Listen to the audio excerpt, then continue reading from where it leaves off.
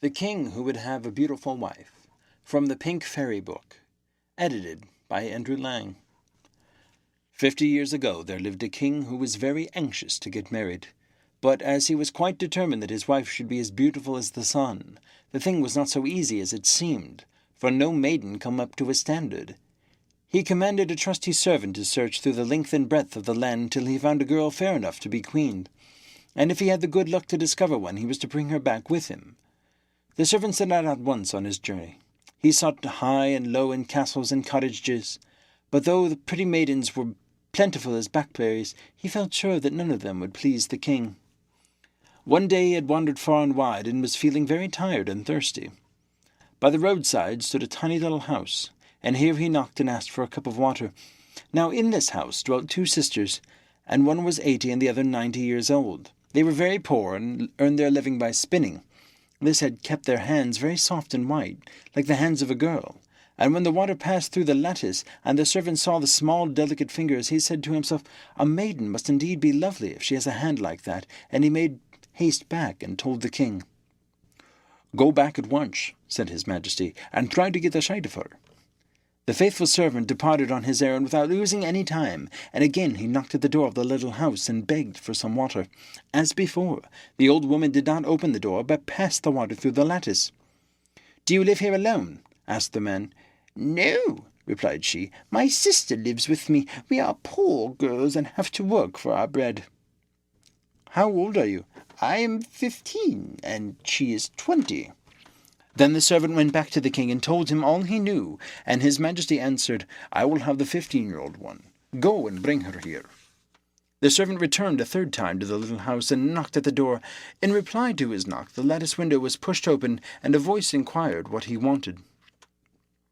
"The king has desired me to bring back the youngest of you to become his queen," he replied. "Tell his majesty I am ready to do his bidding, but since my birth no ray of light has fallen upon my face. If it should ever do so, I shall instantly grow black. Therefore beg, I pray you, his most gracious majesty, to send this evening a short carriage, and I will return in it to the castle." When the king heard this, he ordered his great golden carriage to be prepared, and in it to be placed some magnificent robes, and the old woman wrapped herself in a thick veil and was driven to the castle. The king was eagerly awaiting her, and when she arrived, he begged politely to raise her veil and let him see her face, but she answered, "Here the tapers are too bright and the light too strong. Would you have me turn black under your very eyes?" And the king believed her words, and the marriage took place without the veil being once lifted. Afterwards, when they were alone, he raised the corner, and knew for the first time that he had wedded a wrinkled old woman, and, in a furious burst of anger, he dashed open the window and flung her out. But, luckily for her, her clothes caught on a nail in the wall and kept her hanging between heaven and earth. While she was thus suspended, expecting every moment to be dashed to the ground, 4 fairies happened to pass by. "Look, sisters," cried one, "surely that is the old woman that the king sent for. Shall we wish her that her clothes may give way, and that she should be dashed to the ground?" "Oh, no, no, no," exclaimed another. "Let us wish her something good. I myself will wish her youth, and I beauty, and I wisdom, and I a tender heart." So spake the fairies, and went their way, leaving the most beautiful maiden in the world behind them.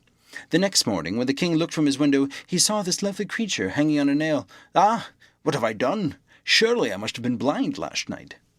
And he ordered long ladders to be brought, and the maiden to be rescued, and then he fell on his knees before her, and prayed her to forgive him, and a great feast was made in her honour. Some days after came the 90-year-old sister to the palace, and asked for the queen. "Who's that hideous old witch?" said the king. "Oh, an old neighbour of mine who is half silly," she replied. But the old woman looked at her steadily, and knew her again, and said, "How have you managed to grow so young and beautiful? I should like to be young and beautiful too." This question she repeated the whole day long, till at length the queen lost patience and said, "I had my old head cut off, and this new head grew in its place." Then the old woman went to a barber and spoke to him, saying, "I will give you all you ask if you will only cut off my head, so that I may become young and lovely." "But, my good woman, if you do that, you will die." But the old woman would listen to nothing, and at last the barber took out his knife and struck the first blow at her neck. "Ah!" she shrieked, and she felt the pain. "Il faut souffrir pour être belle," said the barber, who had been in France. and at the second blow her head rolled off, and the old woman was dead for good and all. End of story.